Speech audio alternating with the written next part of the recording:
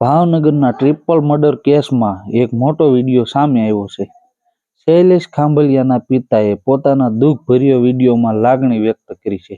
તેમણે સ્પષ્ટ શબ્દોમાં કહ્યું છે કે આ ગુનામાં જે કોઈ પણ સંડોવાયેલો હશે એને કડકમાં કડક સજા મળવી જ જોઈએ, પછી ભલે તે મારો દીકરો શૈલેષ જ કેમ ના હોય.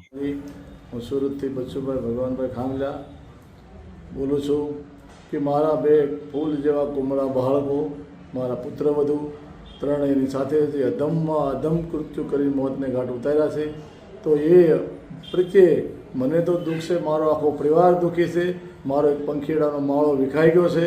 તો એને માટે સરકારે પોલીસ દ્વારા અમને એવું જાણવા મળ્યું છે કે એમાં શૈલેષ ખાંભલિયા પોતે ગુનેગાર છે, તો એને પણ સજા થવી જોઈએ. એની સાથે કોઈ પણ વ્યક્તિ સામેલ હોય એવું લાગે તમને તો એની પણ ઊંડી તપાસ કરી અને એને પણ કડક ને કડક સજા થવી જોઈએ.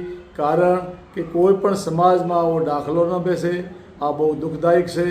તો એની માટે હું સરકારને, પોલીસને વિનંતી કરું છું. જય વસ્તુ, જય વડવાળા.